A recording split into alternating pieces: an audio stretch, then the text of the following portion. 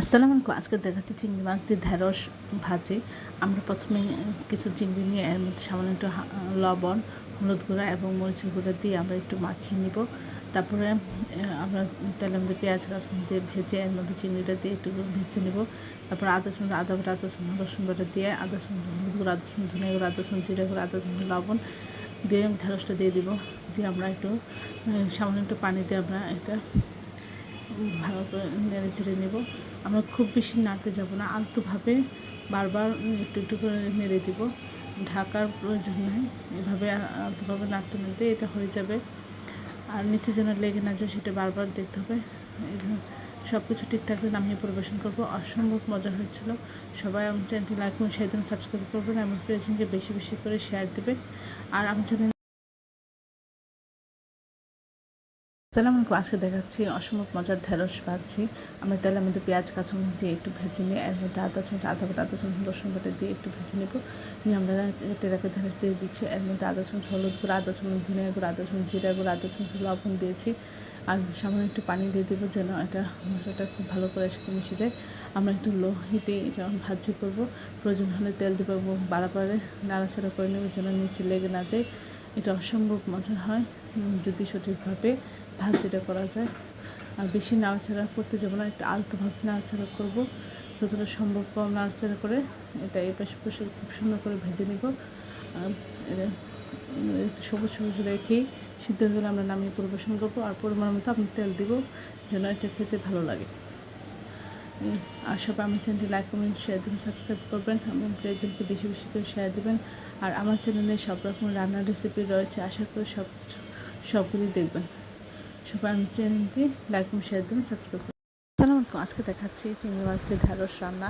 আমরা প্রথমে আদা চামচ হলুদ গুঁড়ো, আদা চামচ মরিচের গুঁড়ো, আদা চামচ লবণ দিয়ে আমরা এভাবে ঢেঁড়সটা মাখিয়ে নিয়ে ভেজে নিব।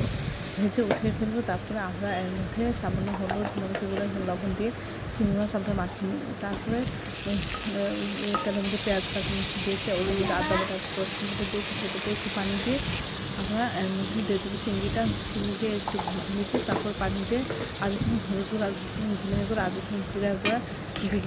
দিয়ে আমার সাথে ভালো করে কষিয়ে নিয়ে আমরা এর মধ্যে দিয়ে দেবো হচ্ছে আলুটা কিছুক্ষণ আমরা জাল করে ঢেকে সিদ্ধ করে এর মধ্যে শেষে আমরা দিয়ে দিচ্ছি ঢেঁড়সটা কষিয়ে নিয়ে আমরা এর মধ্যে ঝোল দিয়ে দিচ্ছি।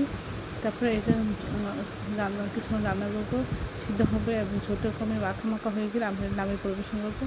অসম্ভব কথা হয়। আশা করি আপনারা এভাবে একবার হলে ট্রাই করবেন। সবাই আমার চ্যানেলটি লাইক এবং শেয়ার দেবেন, সাবস্ক্রাইব করবেন এবং প্রিয়জনকে বেশি বেশি করে শেয়ার দেবেন।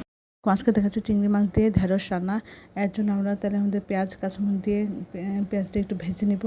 আর আমরা চিংড়ি মাছের মধ্যে সামান্য লবণ, হলুদ, মরিচের গুঁড়া দিয়ে মাখিয়ে নিব। আপনারা চাইলে এখানে বড় চিংড়ি দিয়েও রান্না করতে পারেন।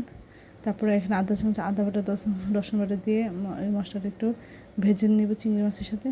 তারপরে একটু পানি দিব, দিয়ে এর মধ্যে আধা চামচ ধনিয়া গুঁড়ো, আধা চামচ হলুদ গুঁড়ো, আধা চামচ জিরা গুঁড়া দিয়ে আমরা কেটে রাখা আলু খুব ভালো করে কষিয়ে নিব।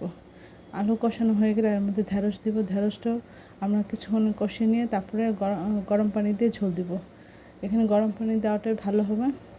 অল্প পরিমাণ ঝোল দিয়ে আমরা প্রথমে একটু ঢেকে বলক আসা পর্যন্ত অপেক্ষা করবো। তারপরে আমরা খোলা রেখে জাল করে ঝোল কমিয়ে নেব। যখন সব কিছু ঠিকঠাক থাকবে তখন আমরা এটি নামিয়ে পরিবেশন করব।